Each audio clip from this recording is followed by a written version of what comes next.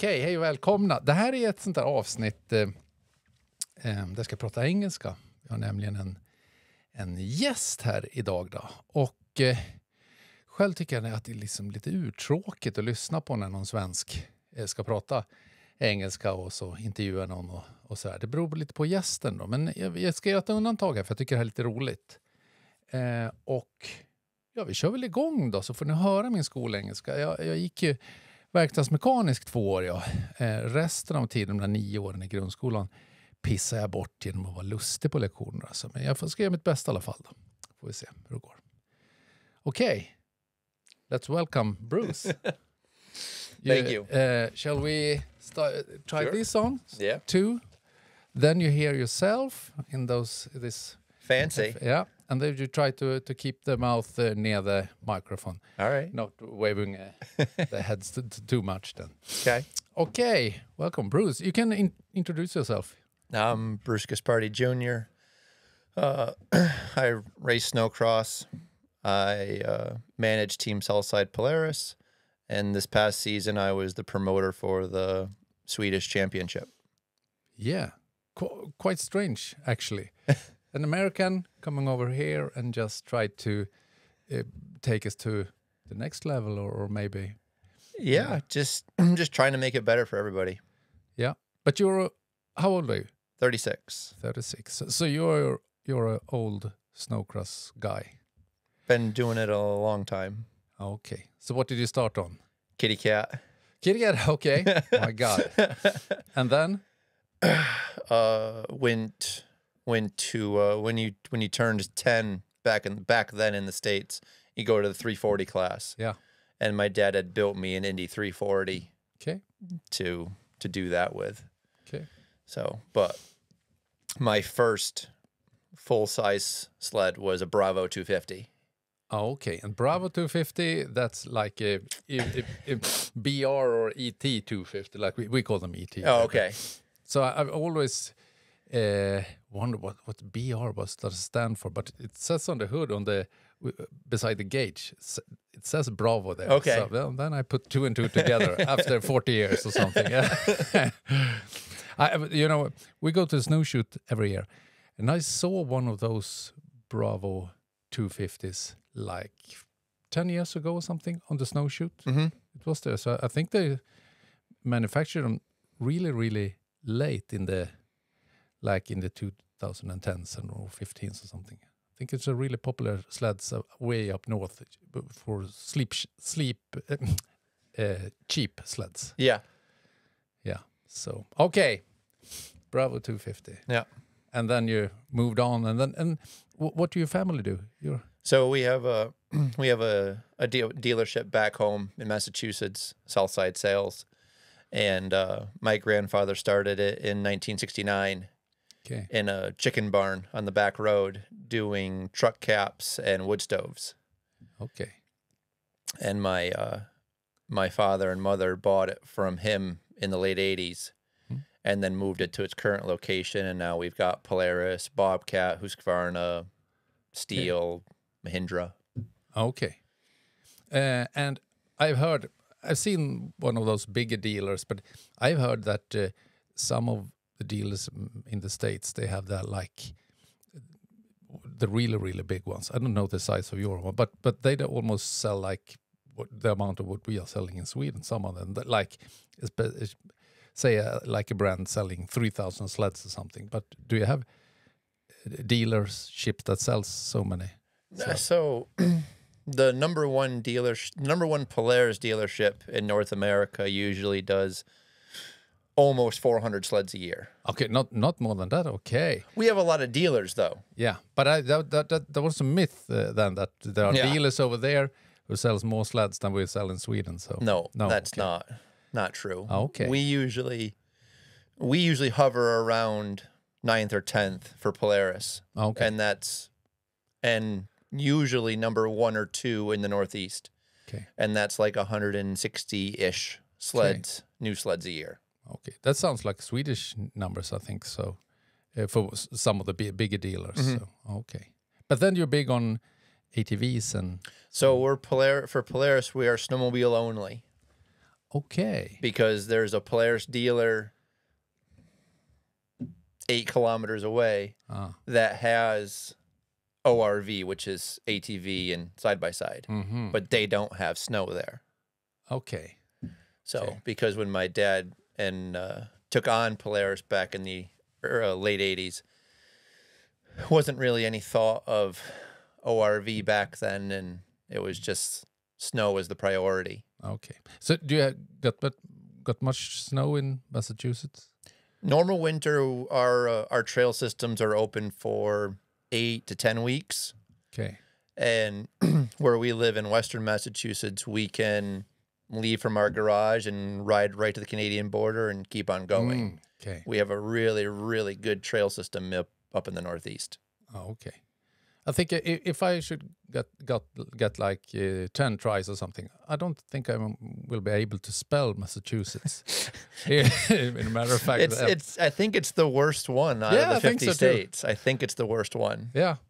Yeah, I believe it. Yeah. Okay. Then I'm not alone. Okay. So, do you have any connection to Sweden? Because you've moved to Sweden and then you manage. So I spend a lot of time in Sweden and Norway. I have a work permit with Eurowagon, so I do some stuff with them. Okay, yeah. And then obviously our big trailer is a Eurowagon. Okay. So, but connection to Sweden is just friends, which eventually became almost family, the way we treat each other. Yeah.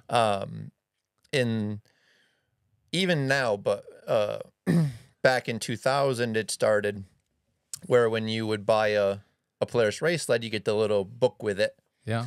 And when you go to the page to call somebody, if you have a question, you can call Polaris Industries in Roseau, Minnesota, or Southside in North Downs, Massachusetts. Okay. So in 05, 06, some Swedes started calling my dad asking for help. Okay. And then in 06, a couple of Swedes came to Massachusetts and met my dad and bought some odds and ends. And then in 07 is when it really kind of took off. 4 Swedes came. They lived with us for a week and a half, filled the container up full of stuff, send it back here, and then came back over in the winter. And a couple of them raced for us for a couple of rounds, and it just kept going and going. Who was it? So the 4 Swedes that came over that first time was Magnus Bostrom. Know him? Yeah. Nils Hedlund. Yeah. Robin Norberg. And Stefan Carlson. Oh, okay. And I know Stefan's brother used to race back in the day. Nils raced bikes, but when he came over, he tried racing a sled.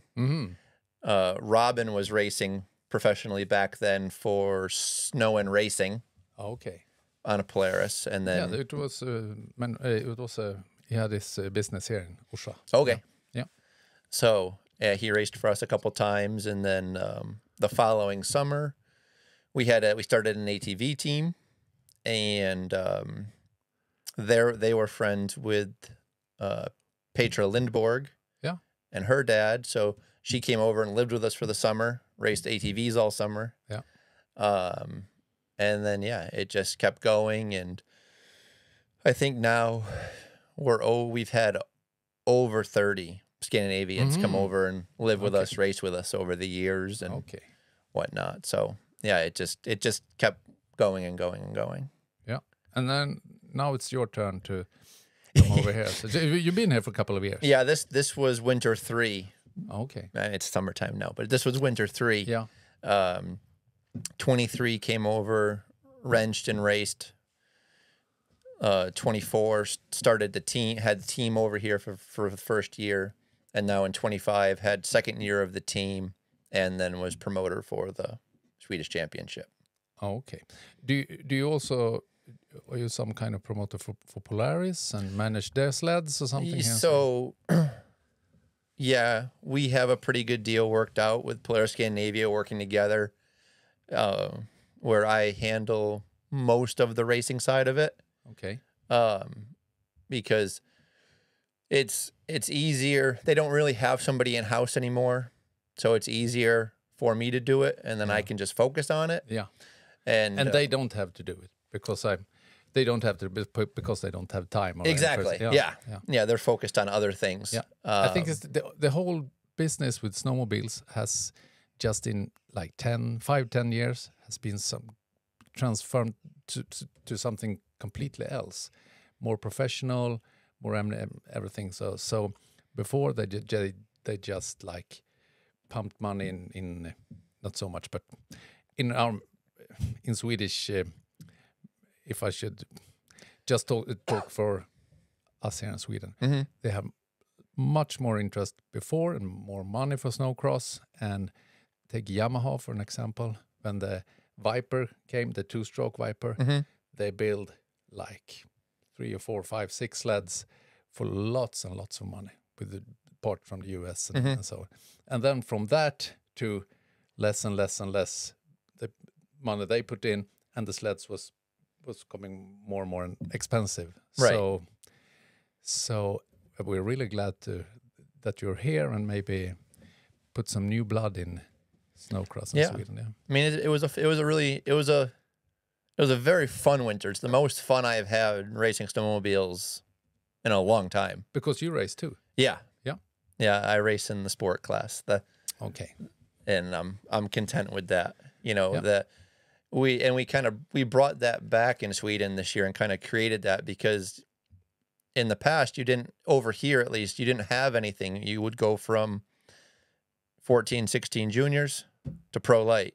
Yeah. There was nothing in between. Okay. And there was no class. You know, if you got a moto guy or something that wants to try snowcross, if you're over 16, pro light.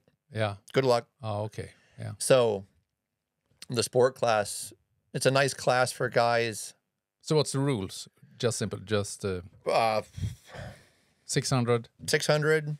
You can have You could have studs if you wanted them. Yeah. And I think the eligibility was basically you couldn't have any finishes in the last couple of years in the top like 7 or 8 of pro light or pro open. Okay.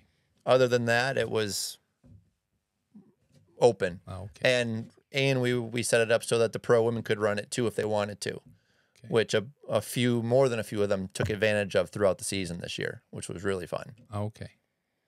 So, but you managed to run Polaris race team and then also promoter for what? Explain.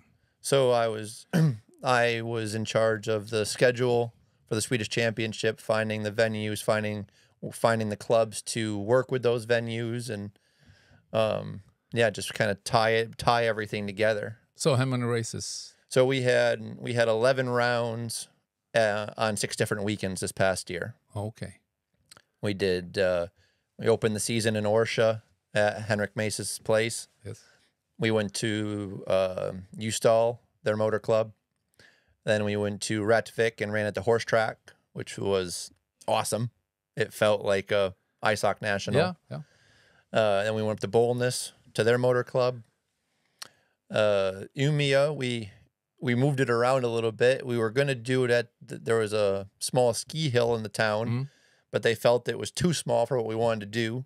So we moved it to the Red Barn Arena, and it was an awesome event. We brought in 3 freestyle guys, had the tent with music, beer, food, both nights. And yeah, it was a really, really, really fun event.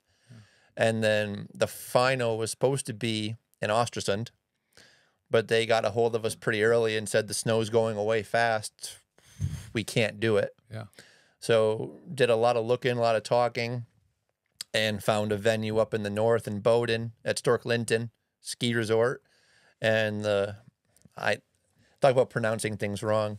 The Norra Breakers Snowmobile Club up there decided that they would do it, and they had never done one before. And it's like, well, we've got 3 weeks to put this together. Okay. And they did it, and it was awesome. It was the mountain was awesome. We had second week of May, had a ton of snow.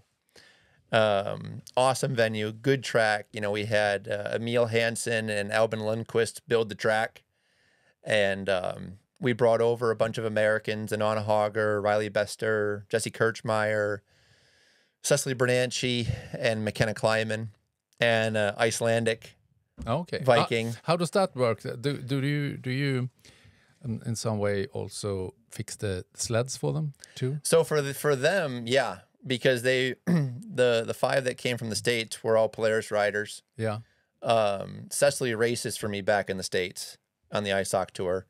The other ones don't race for me there, but I had extra sleds here and Okay. brought them over. And then Bjarki from Iceland, he rides whatever he can find. I think he rode Polaris, Arctic Cat, and Lynx this past winter in Iceland. Okay. But brought him over, put him on a Polaris, and no, it was a busy weekend, but it was a shit ton of fun. Okay, I understand.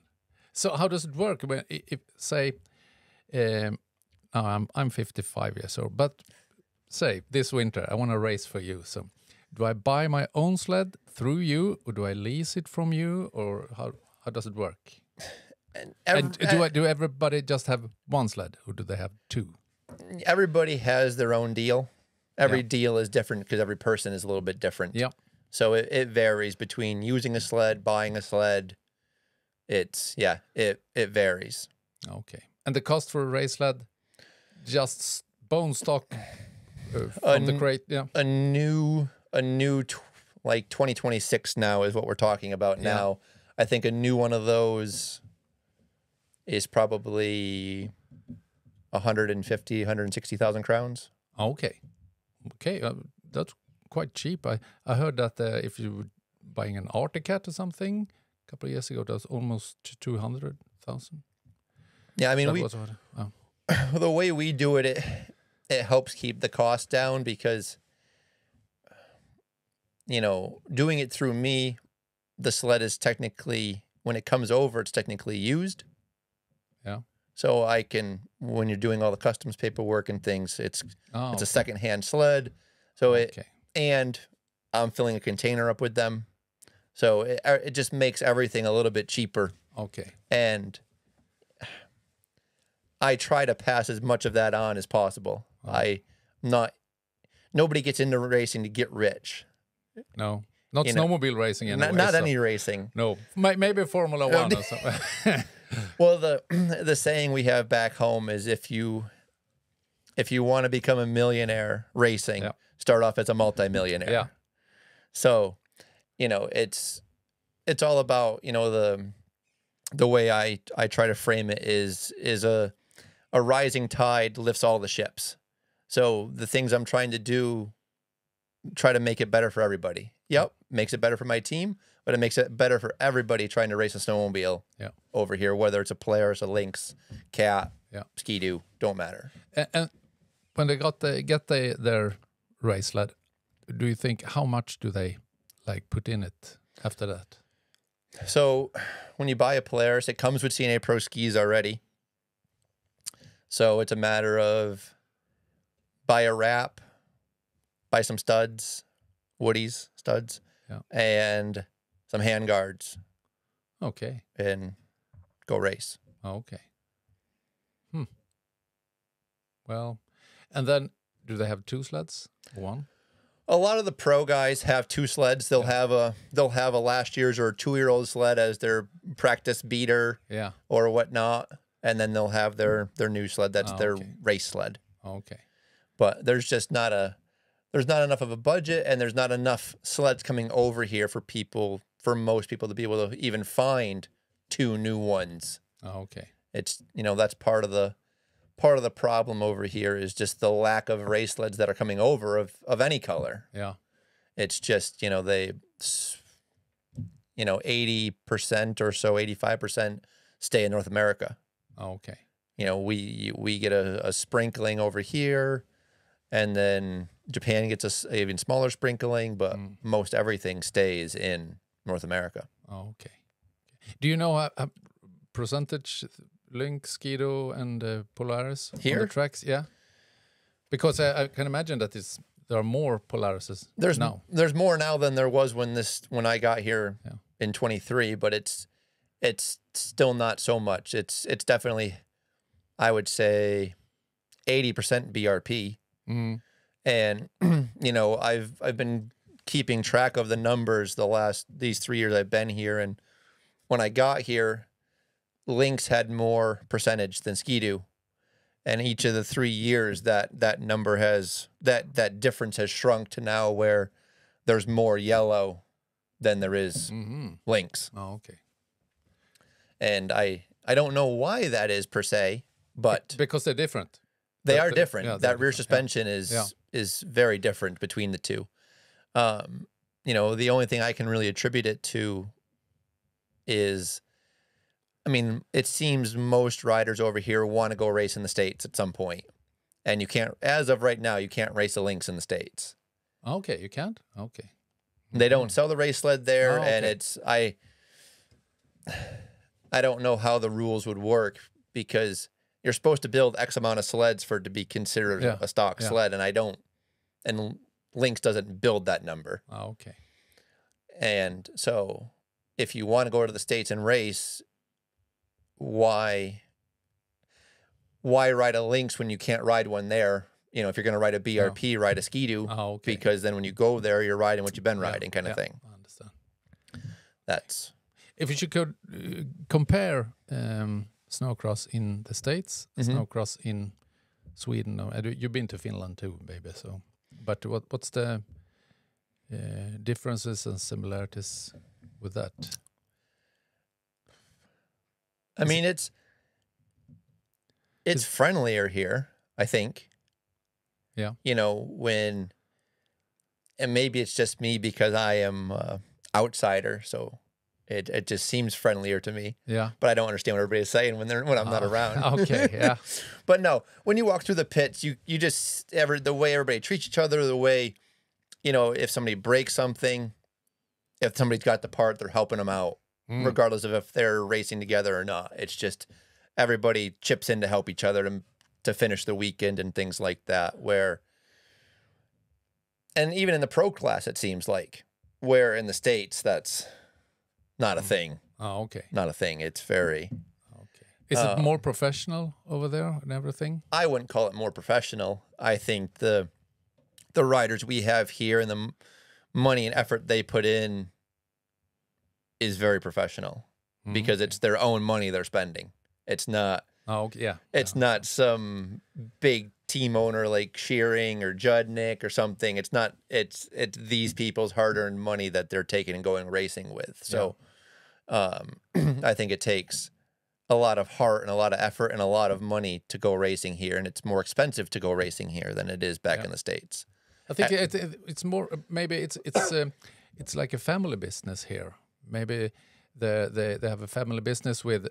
They bring in some money, and then the whole family go racing or something. I mean, it's definitely a family affair here for sure. Yeah, you know, everybody piles into the Sprinter, and we're going snowcross racing this weekend. Yeah, but no, it's certainly more. Everything about racing here is more expensive than it is back in the States. The sleds cost more, the parts cost more, the race fuel costs more. Diesel to get to the races costs a lot more. Yeah, sometimes we see American cry about the fuel prices, and we're just laughing. No. Yeah, no, it's bad. It's so bad over here. Yeah. It's because we don't earn more money here. We earn less money here. So and you pay more taxes. Yeah. But with the taxes, it comes some benefits. Good stuff. Benefits. Yeah. Yeah, I mean. Your roads are definitely better than ours. Yeah. The condition of the roads. Yeah. And then your vacation time, your maternity leave. Yeah.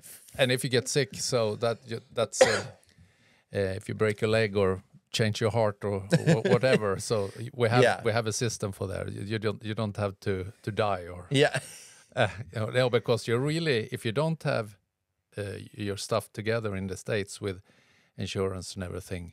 You're really like vulnerable then. Yeah, but I mean, most people have it, and there's pros and cons to every system. The pro I see in our system is that you're paying for your insurance every month, but when you need help, you get it that day. Yeah, I need an X-ray. That day, you got an X-ray. Yeah. Here, you can wait days and weeks for that X-ray or MRI or.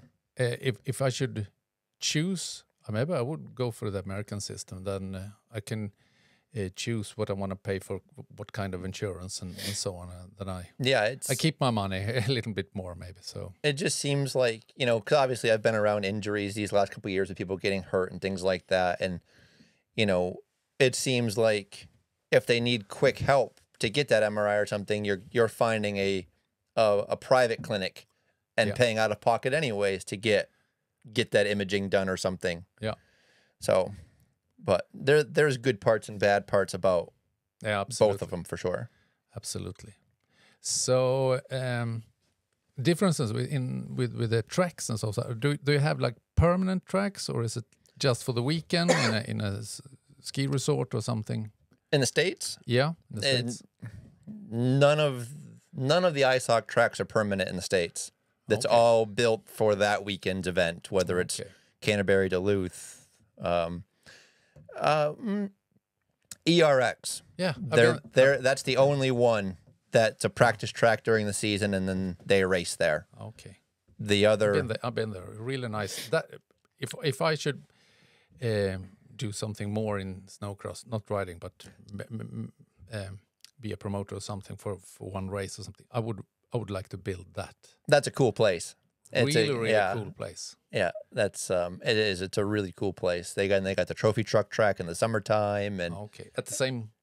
Yeah, that facility is like a racing facility. Yeah, it's really cool. I've been because I was there with a clothing manufacturer. Then just beside that, it was a really nice building with a race department or something with it. Yeah, well, so that's where the Carlson Motorsports. Yeah. That's because Carlson owns that whole place, so their snowcross team raced out of there, and now their side by side and truck team races out of there.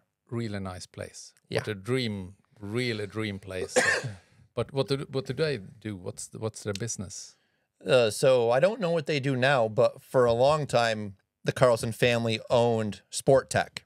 Okay, which was windshields and handguards and plastics, and then that company is owned by another company. And that company makes all the plastics for like Polaris and Arctic side panels and fenders. Understand. Okay. So the future in snowcross, if it will go your way, what do you want from the future in say Swedish snowcross? I mean, the goal this year is to keep building on what we built this past year. Just make the races better for the racers, better for the spectators, attract more spectators, attract new racers. So what's your strategy? Are you bringing the races to the people? Yes. And not the other way around, like it's always been before? Yeah. You know, that was the goal this past year, you know, having it in Rättvik at the horse track. Yeah.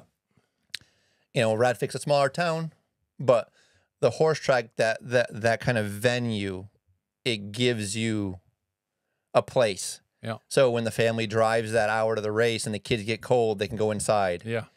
You know, when they want food, there's food. They want beer, there's beer. They can sit inside and watch all the racing action. If it's cold out, if it's nice out, well, then you go outside. And it's as opposed to going somewhere without any of that. Well, now the kids get cold. Now you go home. Yeah.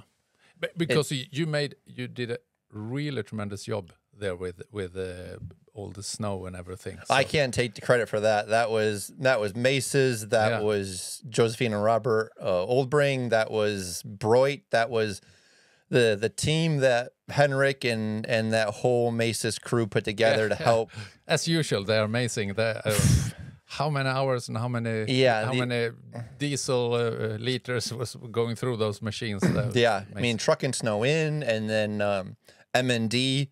Let us borrow a nice new snow gun, and and then because the horse track has a pond inside of it, and the power we needed, so we were blowing snow for, I don't know, 8 or 9 days. Okay. So it was a huge effort by that club, and but it turned out awesome, and we brought in live sports, and they live streamed the whole thing all weekend long, and. Yeah, no, it was fantastic.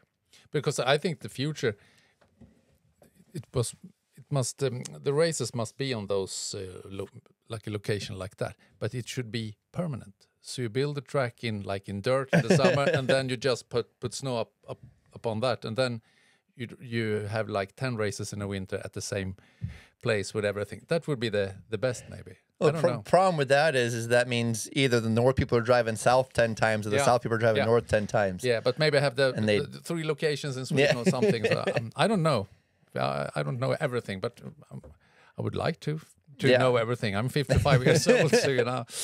No, but it's so amazing because when Moses makes that great race up in Lofsdalen too, so much work with all the snow. Oh, bonfire! Yeah, bonfire. Yeah. That was a lot of fun.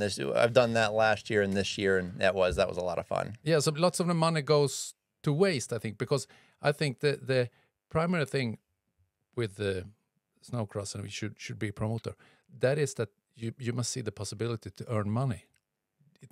You must get some. They at least break even. No, then you just do it for a little while. Yeah. So you must earn some money, because that's the whole thing. And when people start to earn money, everything gets better, and you're more consistent with everything. I think so. Yeah, I mean the goal this year is like I said, to build on this past season and the venues we found, and try to find a couple new venues. Again, close to population centers. Make it easy for people to want to make it.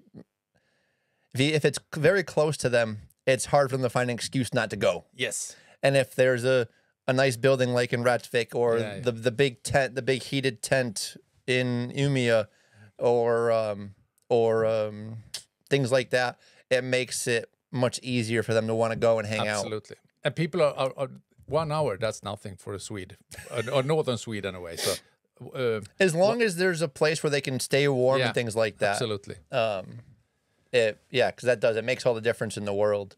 So no, keep building on that, make the events bigger, try to include the manufacturers more. Like in Umeå, BRP brought their big trailer. That means a lot. Had their new sleds out. Polaris had their local dealer bring a couple new 26s to show. So try to do more things like that. Let them be more involved, which if we're having bigger events with more fans, they'll want their rigs there for the people to see the stuff. Yeah, absolutely. And that's the key. I don't feel like the manufacturers want to drive out into the sticks for a couple hundred spectators. No. But if we've got 3,000 spectators on a Saturday night like we did in Umeå, makes it much easier to want to do that. It's cheap for them to reach 3,000 people. So. Right, and then the local dealers pump too, obviously. Yeah. But then also need, the next step is to get it broadcast somewhere.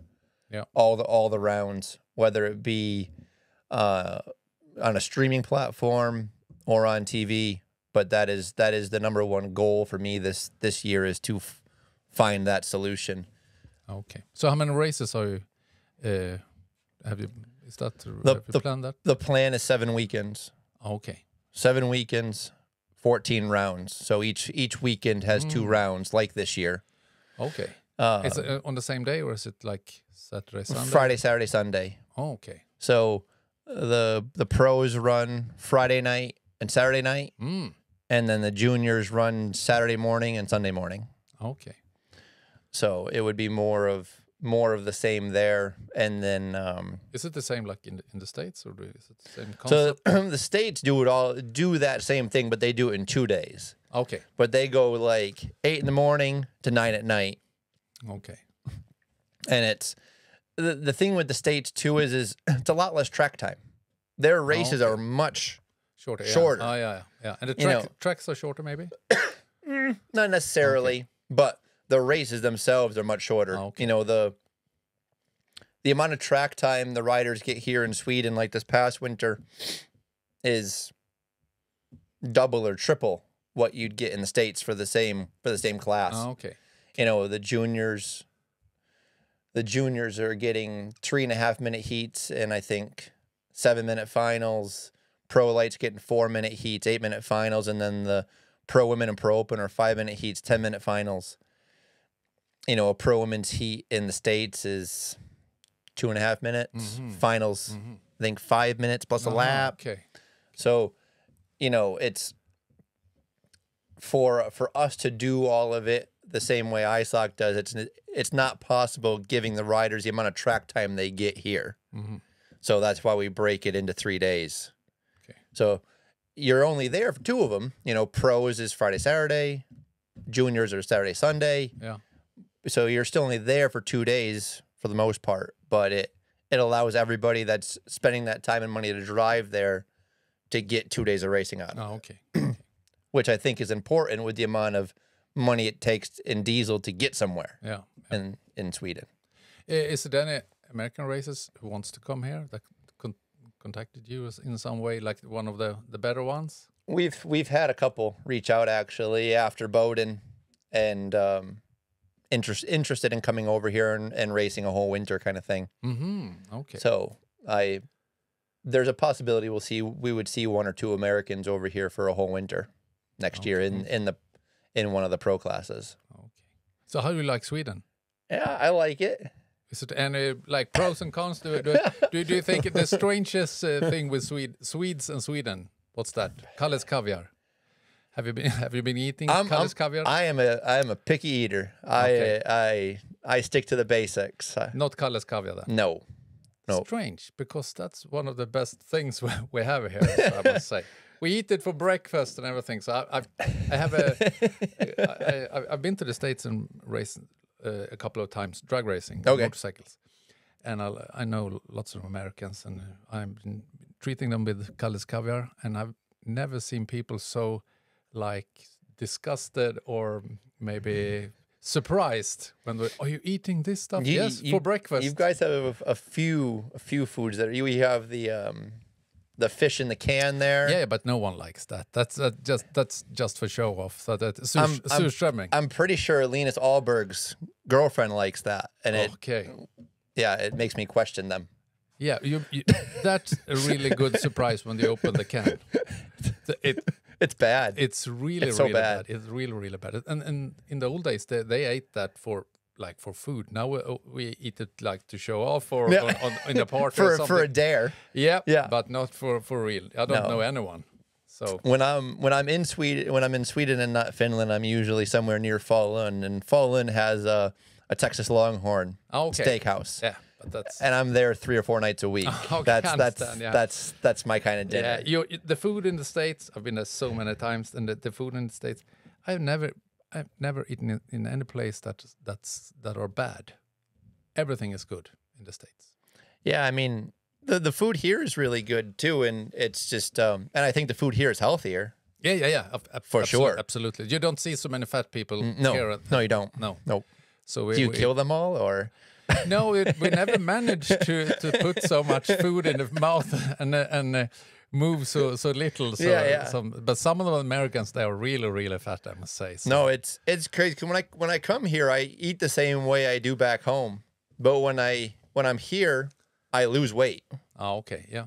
And I truly think it's just because the food is made with better stuff. Yeah, I think so too. So. I really believe that. But what do you think about Sweden then? I like being here a lot. All of Scandinavia is just a lot of fun. Yeah. There's just the people are great. There's so much cultural history here. I'm a big history buff. Oh, okay, yeah. So I love seeing and learning about history and cultures, and I've been to the Vasa Museum a few times. That's the best place. It's so cool. It's so cool. When my dad and the Americans were here this last time, I took them all the day before they flew home. We went to my friend Nina Jared's place. They build the custom cars in Säter. Yeah. Took them there, and then took them down to Stockholm to Old Town and the Vasa Museum. And so great. Yeah, it is. It's awesome. So you can sit in a restaurant there, and the house was built like in the 1300s or something. Yeah, it's crazy. It's crazy. You know, it's crazy too, because you know most everything in the States is most of it's less than 300 years old. Yeah. You go down to Old Town and the stuff's double that, triple that. Yeah, it's just it's so cool. Yeah, it really is. It's really. So no, but but people aren't shy. You've been much up in the north. Have you heard that the people in the north, they don't speak? I mean, they do. So that's it's, you know, it seems like most people here know a fair amount of English. They took it in school, they picked it up somewhere, and it's a matter of them. Sometimes they overthink it, and they don't think it's very good, so they'd rather just not talk. Yes.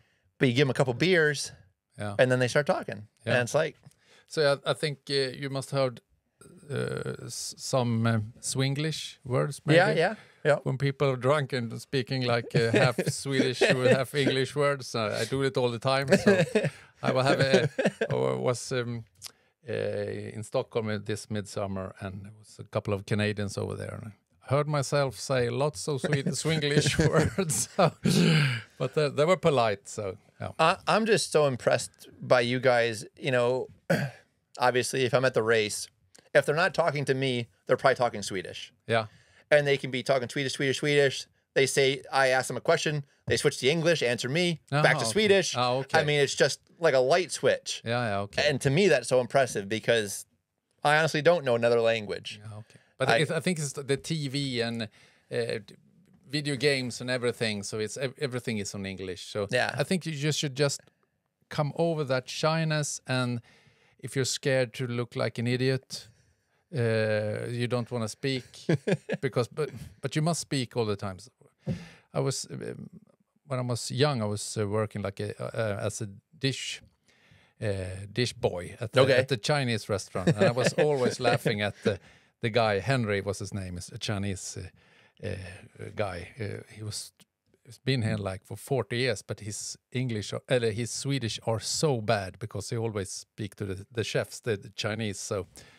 And I always laugh about his Swedish, and sometimes he told me, try to speak Chinese. See how funny. So you should see how funny. So if you laugh at my English, I can think liksom. So that's a Swedish word. Swinglish.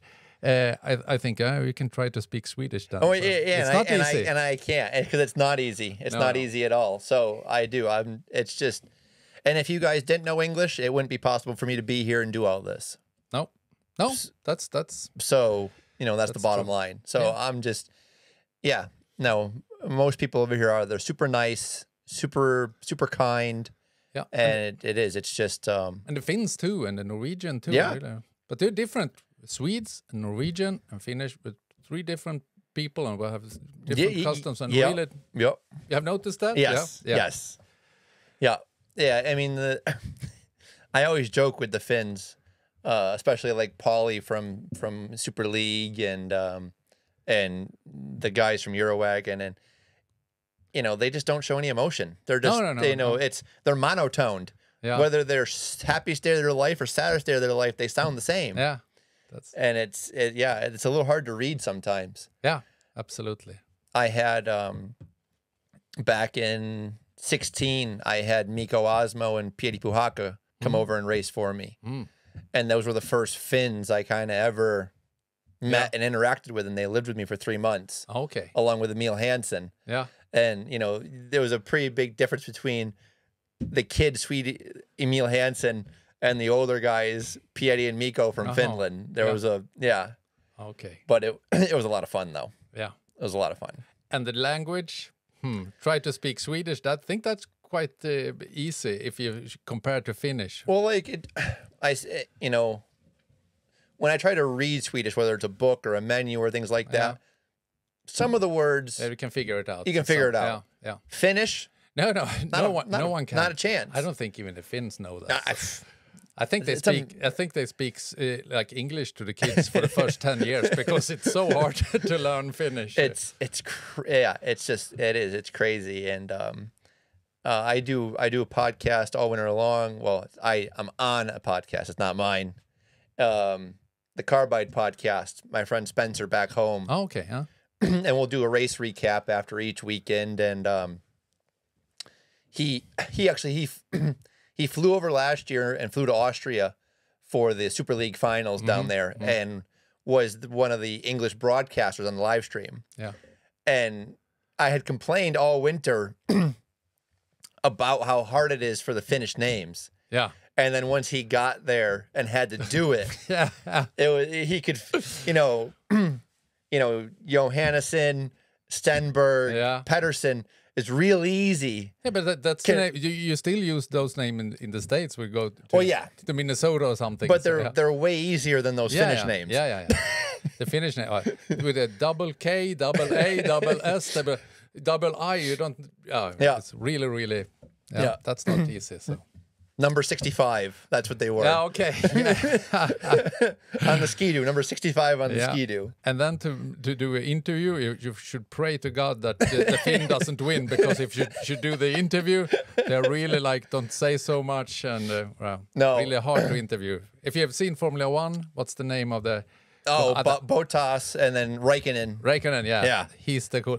I can think that the journalists are so nervous if they say one wrong thing to him. He's so really funny. So, funny for us, not for the journalists. No. Yeah, but Iceman they call him. Yeah.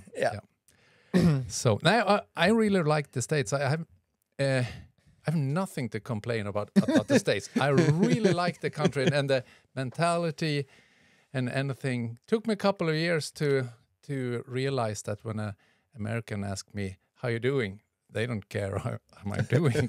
Because as a Swede, polite, yesterday I was a little bit ill, but now today is better. But then they really walked away then 5 minutes ago when I was ready. So that was just a phrase. When how are you doing? So how do you do? So you should not answer that. Fine.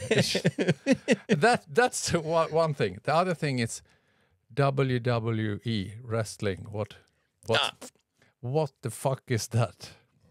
You know what I'm talking about? Yeah. I mean, I liked it when I was like 10 years old. I thought it was awesome. But you can see grown men crying in the audience. But does anyone think it's for real, or because you'd have to ask them? It looks really gnarly when they doing the. I mean, it does. It does. They're good actors. They must get hurt all the time. But it looks really, really scary. But it's and give one of those guys a microphone and it says the most strange stuff. But the stadium's packed. Yeah, it's packed. It's full. That's the question. Why? I don't know. That's good answer. No one knows that. Nope. Nope. But I need to figure out what they're doing so that we can pack our stadiums with snowcross fans. Absolutely. I think it's about maybe some fake fights after the race between a couple of the people that lost or crashed. I think it's about creating heroes, creating two heroes. Heroes and villains. Yeah. Well, I mean, I think that's kind of what Drive to Survive did for Formula One on Netflix was prop up some of these guys and make these things bigger than it was, but people tune in. Yeah. Who should we make the bad guy? Any of the Stenbergs. Yeah. I mean, everybody likes John. Yeah. That's quite a shame. So he's a legend. Yeah. But we can make him a villain anyway. One day he snapped. One day he snapped and now. And we just make some funny stuff up and everybody will just come to the race to hate him. Yeah, when I see him at the moto track later, I'll throw him the idea and see what he thinks of it. Yeah. I mean, he likes to ride a black sled. So, I mean, the villain usually is dressed in black. Yeah, and I think that's the color of his soul. Maybe we can start this now, and we must have like a good guy 2 or 2 or 3 or maybe so. So I think we have figure things out. So maybe the secret about what's it called? WWE or WWE World Wrestling Entertainment. Okay, look that up. You must see it. I think you can find it on YouTube or something. Oh, yeah, I'm sure you can. Hulk Hogan was a big, Yep. Was he good or bad? He was a hero. Okay. When I was 8 years old and liked it, he was my hero. Oh, okay. I dressed up as him for Halloween one year. You did? Yeah. Oh, my God. Yeah, 8 or 9 years old. Oh, okay. Yeah. But grown-ups are watching that I don't get it. No, I don't get it either. I understand why my dad didn't want to watch it with me when I was 8 or 9 years old. Yeah. So I don't understand the draw for the adults now. And for a long time I didn't understand the NASCAR, but now I do. It's a really, really gnarly sport and it's difficult. I love NASCAR. Yeah. I really do.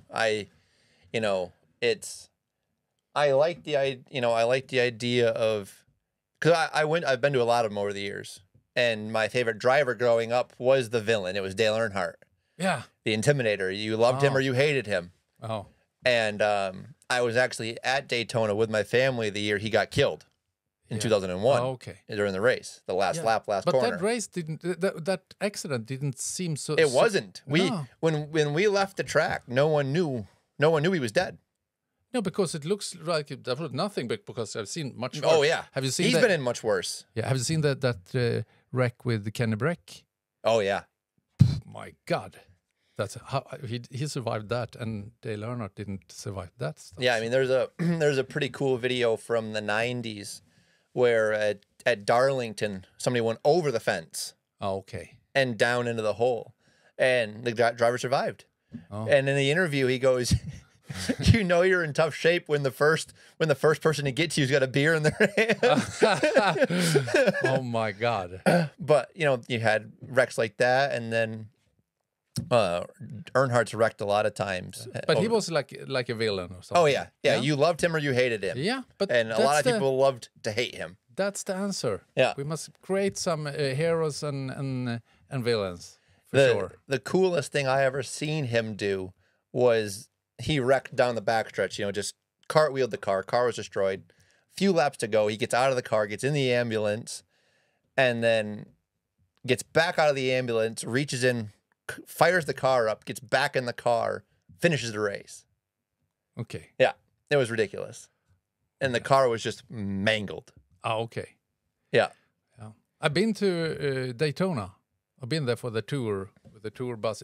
Oh, yeah. Not because there's it's so steep. No, yeah. If a car is way up in the curve in the bank. Yeah, in the banking. Yeah, it will slide down. Yeah, you have to be doing at least like 65 or 70 miles an hour to stay on the banking. Yeah. That's how steep it is. Yeah. But no, I do. I mean, I like Formula One racing, but I think NASCAR is more exciting. Okay. Yeah. It's a lot more, to me, rubbing is racing, and there's way more rubbing and bumping in NASCAR. Absolutely. For sure. Do you see that guy? He took that, like in the last bit of the race. He took he went on the Ross Chastain. Yeah. He needed, because it was the last race before the final, and he needed to pass 2 cars to get into the final for the playoffs. Yeah. And he had nothing to lose, and he parked it on the wall and drove around like 5 cars. Yeah, it was ridiculous. They banned that move now. They did. You can't do that anymore. No. But that was something. We are almost 1 hour. Time flies. What's your biggest hero in snowcross?